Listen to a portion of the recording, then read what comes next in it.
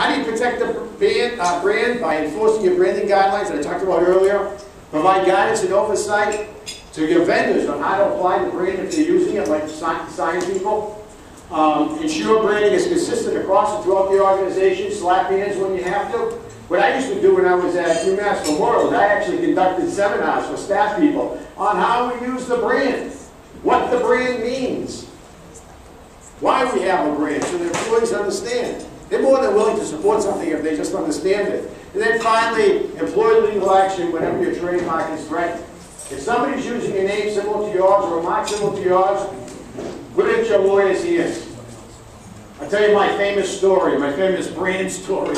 I was vice president. I was out in Springfield. I was vice president for public relations, community relations at Mercy Hospital, and I was responsible for doing the annual report.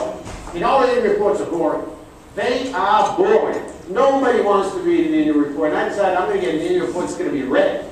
So I decide what I'll do is take the People magazine format. And I'll create a People magazine, but it'll be talking about the people at the hospital and the people they care for. So I wrote a letter to People magazine asking for permission to use their look and their logo type. They come back with a big letter from the lawyers. It's about 14 pages long.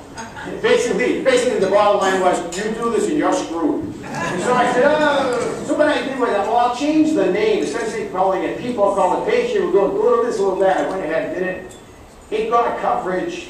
It was on the back page of the financial section of Los Angeles Times. It was carried by the Detroit Free Press. We had a nun, Sister Mary Carrick, a lovely woman, and she was the president of the hospital. She called me and she said, this is wonderful. I'm getting notes from all the nuns across America about how beautiful. Everybody's reading this annual report. You know, everybody loved it, right?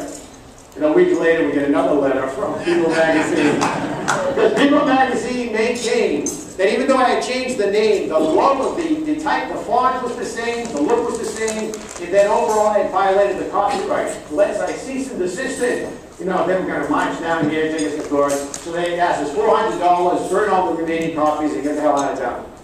And so that's what happened to me. But it was worth it. It was worth it because we got so much great publicity from that particular experience.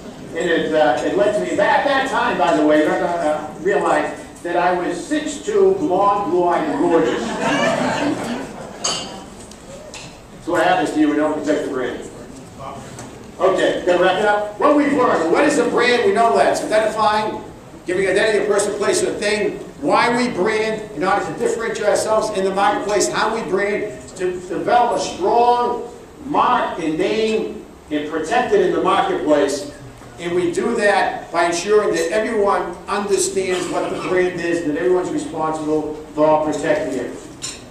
And so, thank you very much.